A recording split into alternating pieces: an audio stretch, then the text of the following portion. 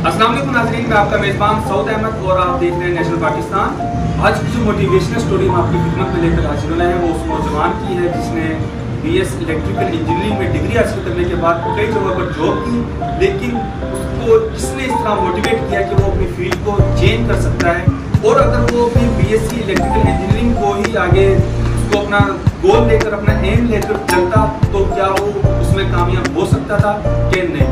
आइए हम जानते हैं उन्हीं की जुबानी। अस्सलाम वालेकुम। वालेकुम सलाम। कैसे हैं आप? शुक्र अल्लाह का, सर आप सुनाएं। जी अल्हम्दुलिल्लाह। नाम है सबसे पहले हम आपके शुक्रगुजार कि आपने अपने ईद के वक्त में से हमारे लिए टाइम निकाला। तो सर हमें ये बताएं, आपने जो स्कूल का नाम स्काई स्कूल सिस्टम ये आपने किस तरह रखा, किसने आपको सजेस्ट ये नाम किया, आपने क्या सोच कर आपने नाम रखा स्काई स्कूल सिस्टम? सर हमने स्काई स्कूल सिस्टम इसी वजह से रखा हुआ है, जो मेरे दोस्त हैं मेरे साथ पार्टनरशिप सर इमरान साहब उन्होंने हमने ये विजन के साथ चले हैं भी हमने जैसे स्काई का मतलब आसमान है, इस तरह से हमारी कोशिश भी है हमारे जो अदारे में बच्चे पढ़ते हैं हम उनको ऐसी एजुकेशन दे सकें कि वो अपर लेवल तक आसमान के लेवल तक पहुंच सकें ताकि उनको कोई मुश्किल पेश ना आए। इसी वजह से हमने ये सोच कर स्काई स्कूल सिस्टम बनाया।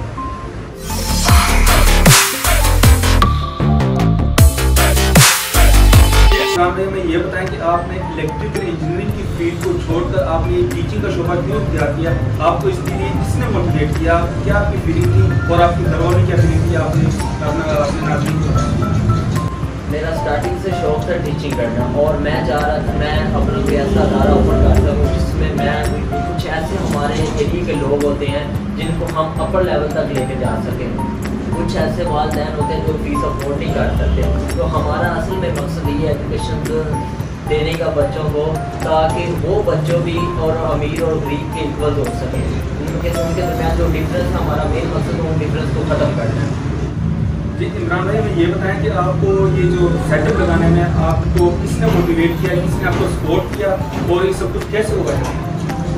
सर सबसे मेन बात ये मुझे मेरे घर वालों ने सपोर्ट किया, उसके अलावा मेरे दोस्त ही क्लोज दोस्त हैं फ्रेंड हैं उन्होंने यानी कि जो मेरे साथ पार्टनरशिप पे काम कर रहे हैं उन्होंने मुझे मोटिवेट किया। उन्होंने बताया कि हम कुछ लोगों के लिए काम करें ताकि लोगों के अंदर ऐसी एबिलिटी पैदा कर सकें वो उनको अपर लेवल तक पहुँचा सकें हम लोग। सर हमें ये बताएं आप कि जो आपने यहाँ पे स्टाफ हुआ है आपको यहाँ पर जो आपने स्टाफ हायर किया है उसके बाद जो अदारे में जो तब्दीलियाँ आई हैं वो क्या तब्दीलियाँ आई और उसके बाद जो अदारे का डिसिप्लिन है वो किस तरह का है? सर माशाल्लाह जो हमने टीचर हायर की हुई है मेल और चाहे फीमेल टीचर तो वो हमने वेल एजुकेटेड टीचर रिक्वायर की हुई है ताकि वो बच्चों में अपना जो इल्म वो शेयर कर सकें जिन बच्चों को अभी तक इस एरिया में खासकर इस एरिया में जिन बच्चों को अभी तक वो इल्म शेयर नहीं किया जा रहा और हमने वेल एजुकेटेड टीचर से इसीलिए हायर किए ताकि हम दूसरे स्कूलों की नज़र कुछ डिफरेंस कर सकें और बच्चों में कुछ डिफरेंस एक्टिविटी करवा सकें। इसी वजह से हम लोगों ने इतनी अच्छी टीचर आई। सर हमें ये बताएं आपकी आप अपने अदारे के लिए क्या विजन रखते हैं, आप इसको कहाँ तक लेके जाएंगे, स्काई स्कूल सिस्टम को यहीं तक महदूद रखेंगे इसको और भी जिस तरह के स्काई कॉलेजेस आप इस तरह बढ़ाएंगे कि नहीं इसको आप? इंशाल्लाह सर हमने इसी विजन के साथ चले हैं। इंशाल्लाह अभी हमारा स्टार्टिंग पॉइंट है तो इंशाल्लाह अल्लाह ताला के हुक्म से हम इसको अपर लेवल तक लेके जाएंगे। इंशाल्लाह स्काई ग्रुप ऑफ स्कूल भी होंगे, इंशाल्लाह स्काई ग्रुप ऑफ कॉलेज भी होंगे, इंशाल्लाह हम इसे इंटरनेशनल लेवल तक लेके जाएंगे। इंशाल्लाह हमारी कोशिश ये है। अच्छा हमें ये बताएं कि यहाँ पे कुछ जो मुस्तहिक तलबात आते हैं जो गरीब होते हैं उनके लिए आप क्या सोचते हैं आप स्कूल में अगर आपके पास आ जाए तो आप कैसे उनको डील करेंगे, उनको कैसे उनको करेंगे? सर इंशाल्लाह हम इसी विजन के साथ भी इधर आए हैं, इस अदारा को ओपन किया जो मुस्तहिक वालिदैन के बच्चे आते हैं जो फीस पे नहीं कर सकते तो उनके लिए हमने ये सोचा होगा कि उनको एक अलग से क्लासेस देंगे, दूसरे बच्चों से उनमें डिफरेंस नहीं रखेंगे, उन बच्चों को भी वैसी एजुकेशन दी जाएगी जैसे दूसरे बच्चों को दी जाती है, लेकिन उन बच्चों से कोऑपरेट हम लोग इसी वजह से करते हैं क्योंकि कल को वो हमें दुआ दे सकें और हम उन्हीं की दुआओं से मज़ीद इंशाल्लाह आगे से आगे बढ़ते हैं।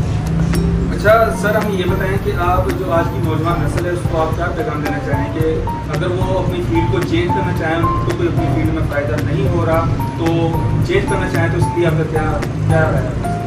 सर आज की नौजवान नस्ल को ये पैगाम देना चाहूँगा अगर आप अपने आप को अपर लेवल तक लेके जाना चाहते हैं, अगर आप अपने मुआशरे में अपने लोगों को मनवाना चाहते हैं कि आप भी कुछ हैं तो अगर आप एक फील्ड के अंदर रहकर उस तरह की वर्किंग नहीं कर रहे तो आप अपनी फील्ड चेंज करें ताकि आप अपने आप को अपर लेवल तक लेके जा सकें। आज की यूनिवर्सिटीज़ और कॉलेज में अक्सर बीएड आपने देखा, बीएड करवाते हैं, वहाँ पे 4-4 साल का होता है और तकरीबन 1 साल का भी होता है, लेकिन वो बंद हो गया। लोग बीएड करने के बाद सरकारी जो नौकरी, सरकारी टीचर लगने के लिए अपने वक्त को ज़ाया कर देते हैं। आप उनके लिए क्या पैगाम देना चाहेंगे? नौजवानों के लिए मेरा ये पैगाम है, अगर आपने एजुकेशन करने के बाद आप फ्री हो गए तो आपको कोई गवर्नमेंट जॉब नहीं मिल रही, तो पहली बात आप गवर्नमेंट जॉब्स की तरफ जाए ना, आप अपने आप में कुछ ऐसी चेंजिंग लेके आएँ, आप कुछ खुद से वर्किंग करें ताकि आप किसी को महदूद काम ना कर सकें। आप अपने आप को इस लेवल तक लेके जाएँ, लोग आपके पास खुद चलता रहे, आप लोगों के पास ना जाए। इस तरह आपका थैंक यू वेरी मच कि आपने गाइड किया। और उस नौजवान नस्ल के लिए पैगाम है कि अगर हम अपने किसी फील्ड में कामयाब नहीं होते तो हम अपनी फील्ड को चेंज कर सकते हैं। ये ज़रूरी नहीं है कि हम एक फील्ड में जाएं, और खासतौर पर जो सरकारी नौकरियों के शौकीन होते हैं, यंग जो एजुकेटेड पीपल होते हैं, वो अपना टाइम को ज़ाया कर देते हैं। लेकिन आपने उनके लिए एक मोटिवेशन स्टोरी है आप उनके लिए कि आपने किस तरह अपने आप को स्टैंड किया कम उम्र में, आपको अपने घर वालों की सपोर्ट भी थी, और आपकी जो कंपनी थी, आपकी गैदरिंग थी वो इतनी अच्छी थी कि आज आप यहाँ पे प्रिंसिपल के ओहदे पर बैठे। इसी के साथ मुझे इजाज़त दीजिए। अल्लाह हाफ़िज़।